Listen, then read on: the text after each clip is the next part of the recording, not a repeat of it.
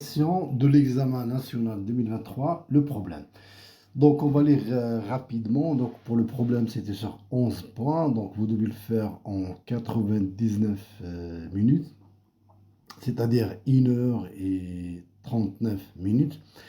Donc, on va lire rapidement pour ne pas tarder. Donc, on considère la fonction f définie sur 0 plus infini, ouvert, l'intervalle ouvert, f de x égale à 2, moins 2 sur x, plus 1 moins ln de x, le tout au carré.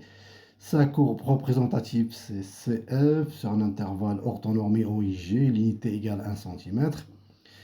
Donc, pour l'unité, ça nous sert à calculer dans ce problème pour l'air. Donc, il faut faire attention à l'unité. Ici, c'est 1 cm. Alors, vérifions que. Donc, on doit vérifier que pour tout x dans l'intervalle 0 ouvert, 0 plus infini, f de x est égal. Ensuite, on doit montrer que la limite quand x tend vers 0 plus de x ln de x, le tout au carré égale à 0, et que la limite des rapports ln de x au carré sur x égale à 0. Donc, on vous guide, donc on vous a demandé donc, de poser t égale à racine de x, voilà, pour calculer ces limites. Ensuite, déduire que limite quand x tend vers 0 plus de f de x égale à moins l'infini, puis donner une interprétation géométrique du résultat, calculer la limite quand x tend vers plus infini de f de x, puis montrer que la courbe CF admet une branche parabolique de direction l'axe des abscisses au voisinage de plus infini. Ensuite, montrer que pour tout x dans l'intervalle toujours 0 plus infini, f' égale 2 facteur 1 moins x plus x ln de x sur x carré. En explorant le tableau de variation ci-dessous, on vous demande le tableau de variation bien évidemment de f', on vous demande de prouver que f est strictement croissante, et puis dresser le tableau de variation de f. Ensuite, donner le tableau de signe de la dérivée seconde, f seconde de la fonction f. Ensuite, déduire la concavité de la courbe. Ensuite, pour la quatrième question, la courbe CF donc, de la fonction g, définie comme ça, pour tout x fait correspondre f de x moins x, et qui sont nuls en alpha et en 1. Delta est la droite d'équation y égale à x. Donc ça, c'est la courbe de CG, la courbe de G. Donc à partir de la courbe, déterminer le signe de la fonction G, déterminer ensuite déduire que la droite delta est au-dessous de CF sur l'intervalle 0, plutôt alpha 1, et au-dessous elle est au-dessous de CF sur les intervalles 0 alpha ouvert des côtés de 0 et 1 plus infini. Ensuite, construire la courbe CF et la droite delta dans le même repère. Sixième, donc 6, donc vérifier que la fonction qui a pour chaque x peut correspondre 2x moins x ln de x est une primitive de la fonction qui a pour chaque x fait associer 1 moins ln de x sur l'intervalle alpha 1, en utilisant une intégration par partie, montrer que cette intégrale est égale à cette expression. On déduit que en fonction de alpha, l'aire des plans délimités par la courbe et l'axe des abscisses et les droites d'équation x égale à alpha, x égale à 1. Ensuite, pour la septième question, on considère la suite numérique définie par une suite récurrente, définie par i1 plus 1 égale à f de in, i0 il appartient à l'intervalle ouvert alpha 1. Donc, pour la question 1, montrer par récurrence que in il est compris strictement entre alpha et 1. Ensuite, montrer que la suite in est croissante, on peut utiliser la question. Ensuite, on déduire que la suite in est convergente et calculer la limite. Donc, pour la solution, pour vérifier, donc il n'y a rien de spécial, on va juste faire une réduction au même dénominateur. Donc, on va multiplier le tout, on va avoir 2x moins 2 plus x facteur 1 moins ln de x, le tout au carré. Ensuite, on va développer. Lorsqu'on va développer, on va simplifier. On va voir à la fin 2x plus x, ça donne 3x moins 2 plus 2x ln de x plus x ln de x, le tout au carré sur x. Donc, c'est rien de spécial. D'accord. Alors, montrons que la limite quand x tend vers 0 plus de x ln de x, le tout au carré, égale à 0. Et que la limite quand x tend vers plus infini de ln de x, le tout au carré, sur x égale à 0. Donc, on pose t égale racine de x. Dans ce cas, t au carré égale x. Donc, quand x il est proche de 0 plus, donc équivaut, t aussi il est proche de 0 plus. Ou bien quand t tend vers 0 plus, donc on a équivalence, t aussi tend vers 0 plus. De même pour quand x tend vers x il est proche, ou bien équivaut très au voisinage de plus infini, alors t aussi au voisinage de plus infini. On a la limite quand x tend vers 0 plus de x ln de x, le tout au carré. On va remplacer, ça devient quoi? Donc le x c'est t au carré, le ln de x ça devient ln de t au carré. On va utiliser les règles de calcul de ln. Donc ln de t au carré égale à 2 ln de t. Ensuite on va faire sortir le 4 et le t, il va rentrer avec le carré parce qu'on a le carré, donc ça devient 4 facteur t ln de t, le tout au carré. Et on a la limite quand t tend vers 0 de t ln de t, c'est une limite de référence, ou une limite de base, donc c'est égal à 0. Donc la limite quand t tend vers 0 de t ln de t, le tout au carré, égale à 0. Et par conséquent, la limite quand x tend vers 0 de x ln de x, le tout au carré, égale à 0. Alors, pour la limite quand x tend vers plus infini de ln de x, le tout au carré, c'est x, la même chose, donc on va passer à t avec le changement de variable. Donc, ça devient la limite quand t tend vers plus infini de ln de t au carré sur t au carré. Donc, on va faire sortir ln de t au carré, donc c'est les règles de calcul de ln, c'est égal à 2 ln de t. Donc, on va faire sortir le 2, ça devient 4 ln de t sur t, le tout au carré. Et on a Or, la limite quand t tend vers plus infini de ln de t sur t égale à 0, c'est une limite de référence. Donc, par conséquent, le tout au carré égale à 0. Donc, ainsi, on va avoir la limite quand x tend vers plus infini de ln de x sur x, de ln de x, le tout au carré sur x égale à 0. Déduisons que la limite quand x tend vers 0, plus de f de x égale à plus infini. Donc, on va utiliser pour ça, donc, on va calculer l'expression qu'on a, la nouvelle expression de f, plutôt, c'est ça, la nouvelle expression. Donc, on va calculer la limite des numérateurs et la limite des dénominateurs. Dans la limite des numérateurs, on a la limite de 3x moins 2 égale à moins 2. Et la limite de x ln de x quand x tend vers 0, c'est une limite de base égale à 0. Et la limite qu'on vient d'avoir, c'est la limite quand x tend vers 0 de x ln de x, le tout au carré égale à 0, c'est après 1p. Et ensuite, la limite de quotient de 1 sur x quand x tend vers 0 plus, ça donne plus infini. Par conséquent, la limite, ce qui reste au dénominateur, c'est moins 2. Donc, moins 2 fois 1 fois plus infini, ça donne moins l'infini. Donc, la limite quand x tend vers 0 plus de f égale à moins l'infini.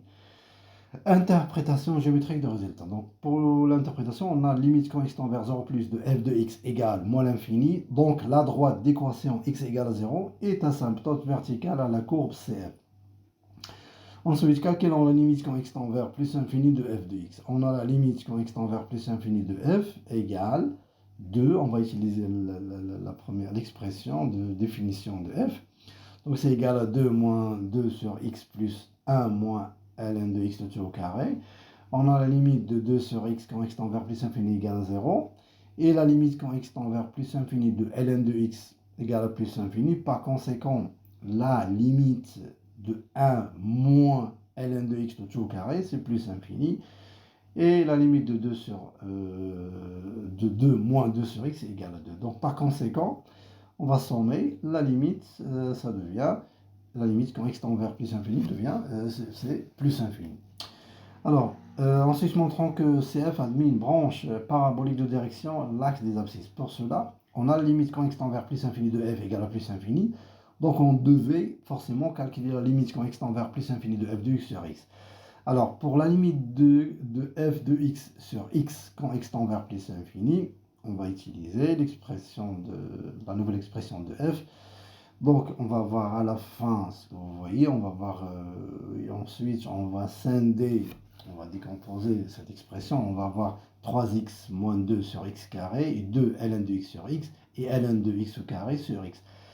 Alors, pour 3x moins 2 sur x carré, c'est une fonction rationnelle. Alors, la limite égale la limite de 3x sur x carré, ça reste la limite de 3 sur x égale à 0.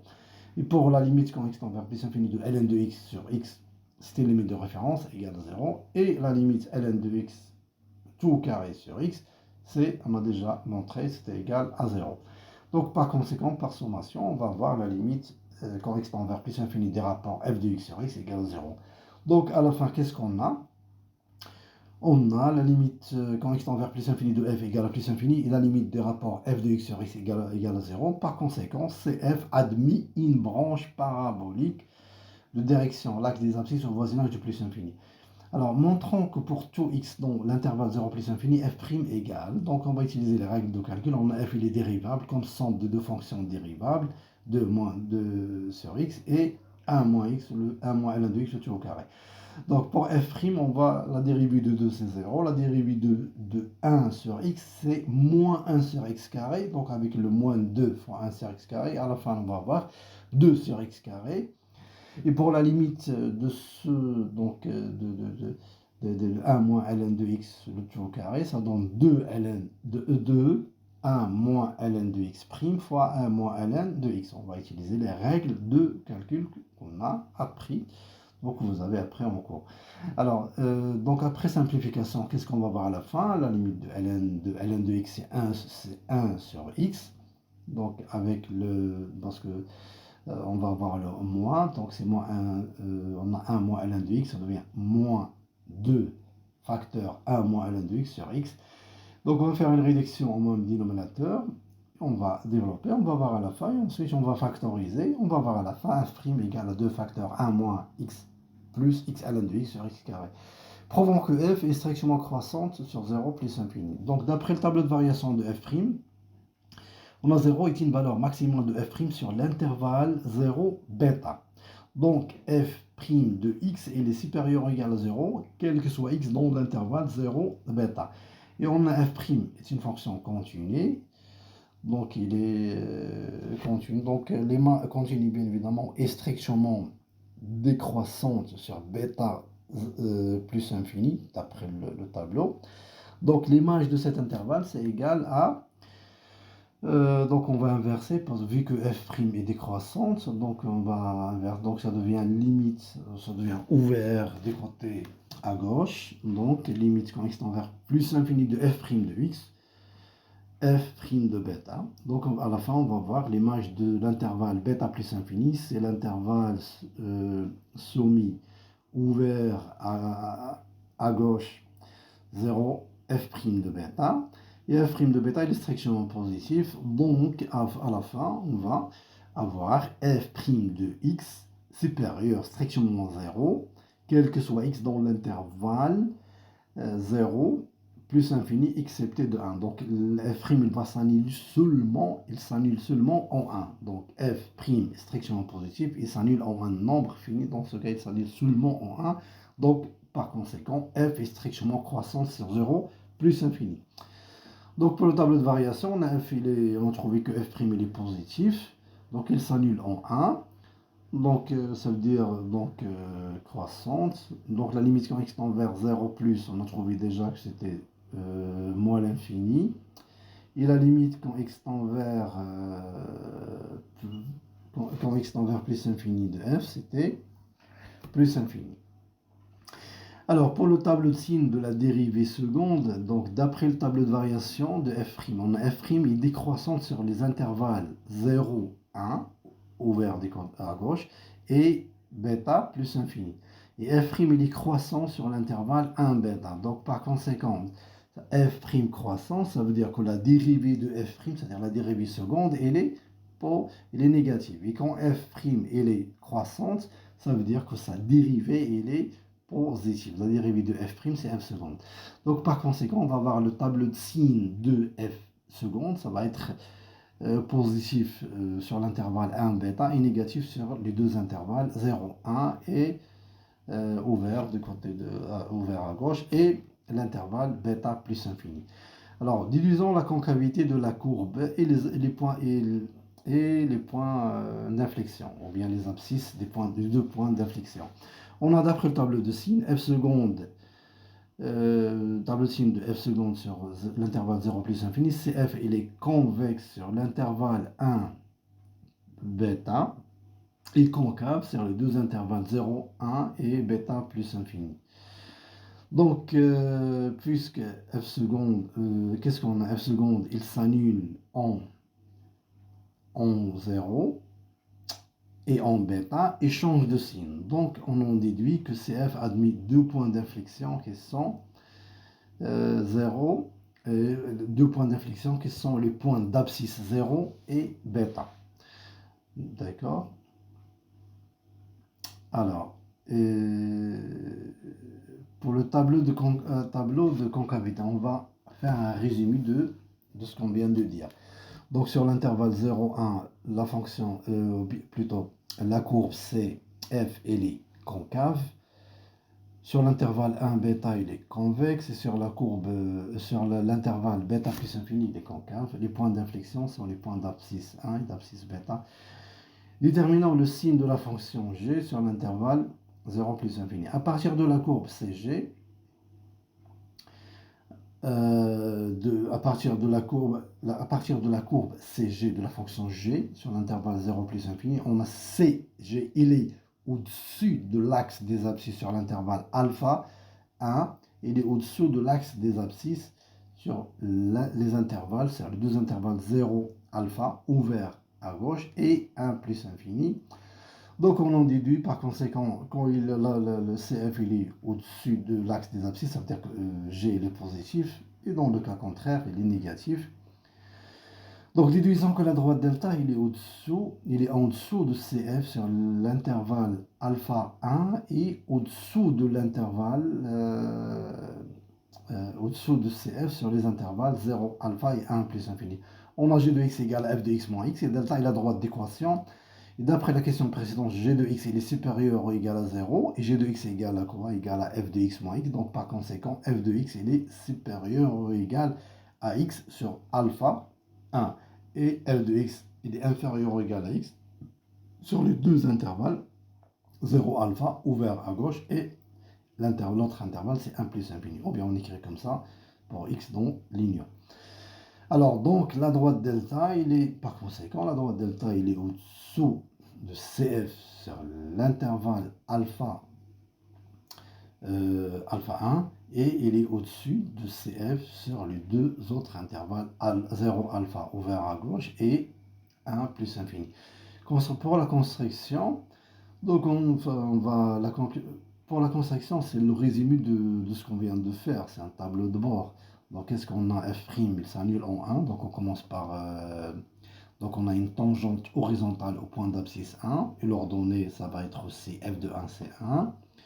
Donc, on a CF admis deux points d'inflexion qui sont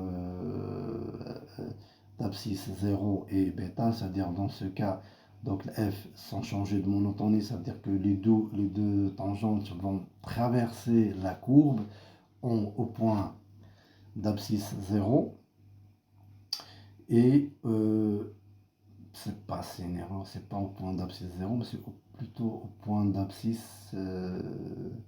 Dans ce cas, qu'est-ce qu'on a trouvé? Que c'était, on a deux points d'inflexion, au point d'abscisse 1. Donc au point d'abscisse 1. Donc, je répète, CF admis deux points d'inflexion d'abscisse 1. Donc les points d'inflexion sont d'abscisse 1 et d'abscisse bêta. D'accord? Ici. C'est une erreur de frappe, ok. Donc c'est au point d'abscisse 1 et au point d'abscisse. Donc une fois déjà que la courbe, que la tangente horizontale, il traverse la courbe. Donc déjà pour la seconde, donc faut faire attention. Donc voilà, donc faut avoir tout, faut avoir le point d'intersection de delta et la courbe. Donc la position relative, donc doit être là.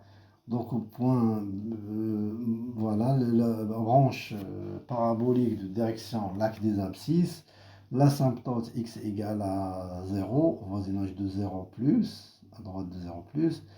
Donc voilà, c'est ça la courbe représentative. Donc vérifions que la fonction qui a pour chaque x fait associer 2x moins x ln de x, c'est une primitive de la fonction x qui fait correspondre à 1 moins ln de x. Donc on a cette fonction 2x moins x ln de x, elle est dérivable sur alpha plus infini, on va la dériver. Lorsqu'on dérive, on trouve que c'est égal à 2. Le produit de x ln de x, ça donne x' ln de x moins c'est-à-dire, il est précédé par moins, donc ça devient moins. Donc c'est moins x ln de x prime. Donc après simplification, on va avoir la dérivée de ln de x, c'est 1 sur x. On va voir 2 moins 1, ça donne 1. Donc à la fin, on va voir que 2x moins x ln de x est une primitive de la fonction 1 moins ln de x. Alors pour l'intégration par partie, on va poser i de x. Donc il y a deux méthodes. On peut choisir toujours la méthode la plus simple. On va faire i de x égale 1 moins ln de x au carré et b' égale 1. Donc lorsqu'on va dériver, on va voir c'est moins 2 sur x facteur 1 moins ln de x. Et pour la primitive de 1, c'est x. Donc l'intégrale, ce qu'on avait, l'intégrale de 1 moins ln de x au carré dx, ça devient quoi? C'est iv, donc le i c'est quoi? C'est 1 moins ln de x tout au carré, et le v c'est x, moins l'intégrale de 0 à 1 de moins 2 sur x, 1 moins ln de x dx. Donc après calcul, on n'a qu'à remplacer, on va remplacer le x par 1 moins le x par 0. Donc à la fin, on va voir, je vous laisse le soin de... Donc moi je vais juste... Je commence la solution. Voilà, donc voilà, la solution est devant vous. Donc déduisons en fonction de alpha l'aire des domaines ou là, du plan limité, délimité par la courbe CF et l'axe des abscisses et les droits d'équation x égale à alpha, x égale à 1. Donc qu'est-ce qu'on en soit? On va considérer A l'aire de A, c'est l'aire de ce plan délimité par CF, l'axe des abscisses et les droites d'équation x égale à alpha, x égale à 1. On va voir. Donc, qu'est-ce qu'on a par définition? A égale l'intégrale de alpha à 1, valeur absolue de f de x dx fois l'unité d'air. C'est pour ça qu'on avait parlé de unité, on a pris que unité, c'est-à-dire c'est 1 cm. Donc, l'unité d'air, c'est la norme de I, égale la norme de G, égale 1 cm. Donc, on va voir ça. L'unité, ça va être centimètre carré. Donc, on va remplacer f, donc valeur absolue de f c'est égal à f, vu qu'on a déjà tracé f, on a déjà étudié f, donc f il est positif, voire même strictement positif sur l'intervalle alpha 1. Donc ensuite on va remplacer, on n'a qu'à remplacer, donc on a déjà calculé 1 moins ln de x, on va utiliser la linéarisation de l'intégrale de la somme égale la somme des intégrales. Ensuite, qu'est-ce qu'il nous reste à calculer? L'intégrale qui nous reste, c'est 2x moins 2 sur x. Donc, une primitive de cette fonction, ça va être 2x moins 2 ln de x. Et on n'a qu'à remplacer alpha. Donc, à la fin, on va voir ça. Donc, a égale 2 ln de alpha plus 7 facteur 1 moins alpha plus alpha facteur 4 moins ln de alpha. Enfin, ln de alpha en centimètres carrés. En montrant par acquérance, pour la 7e question, que IN il est comprise entre alpha et 1. Alors, pour n égale à 0, qu'est-ce qu'on a? On a déjà, la suite est définie comme ça, IN il est dans l'intervalle alpha 1. Donc, ça veut dire que IN il est comprise strictement entre alpha et 1. Donc, proposition vraie. Supposons maintenant que IN il est comprise entre alpha et 1 strictement, entre alpha et 1, pour un nombre entier naturel n, de n, c'est-à-dire un nombre entier supérieur ou égal à 0. Montrant que n il est comprise entre alpha, strictement entre alpha et 1. In plus 1 est comprise strictement entre alpha et 1. Donc qu'est-ce qu'on a? Donc on a par hypothèse de récurrence, on a in, il est soit 1 dans n. Donc on a in, il est comprise entre alpha et 1. Et on a donc passage à la fonction f, vu que f est strictement croissante, donc rien ne change, l'ordre ne change pas. Donc ça reste toujours rangé dans le même ordre. Alors f de alpha est inférieur strictement à f de in, inférieur strictement à f de 1. Et on a f de alpha égale à 1 et f de 1 égale à 1. Donc par conséquent, on va voir in plus 1 comprise strictement entre alpha et 1. Et donc, d'après l'axiome de la récurrence, on a in, il est comprise strictement entre alpha et 1, ou bien in, il appartient à l'intervalle ouvert alpha 1. Montrant que la suite est croissante, on a f de x, il est supérieur strictement à x pour tout x dans l'intervalle alpha ouvert alpha 1, d'après ce qui précède, d'après 4p. Et on a in, il est bon, il vérifie, il est dans l'intervalle alpha 1 ouvert alpha 1, donc f de in il est supérieur strictement à in. Et qu'est-ce qu'on a f de in? c'est quoi f de in? C'est in plus 1. Donc ça veut dire que in plus 1, il est supérieur strictement à in pour tout n dans n. Par conséquent, la suite in est croissante. Alors, déduisons que la suite in est convergente. On a in, il est croissante et majorée par 1. Donc, d'après théorème de convergence, donc in est une suite convergente. Donc, la suite in est convergente. Alors, soit L, la limite de la suite in. Qu'est-ce qu'on a? In plus 1 égale f de in. Donc, c'est une suite, f est une suite, pardon, in est une suite récurrente. Et f est une fonction continue sur l'intervalle ouvert alpha. Elle est continue sur 0 plus infini ouvert, et en particulier il continue sur alpha 1. Et qu'est-ce qu'on a? L'image de l'intervalle alpha 1, c'est égal, normalement il doit juste être inclus dans l'intervalle alpha 1. Qu'est-ce qu'on a ici? Dans ce cas, on a même égalité, donc tant mieux. Et qu'est-ce qu'on a? I0, il est dans l'intervalle alpha 1 ouvert.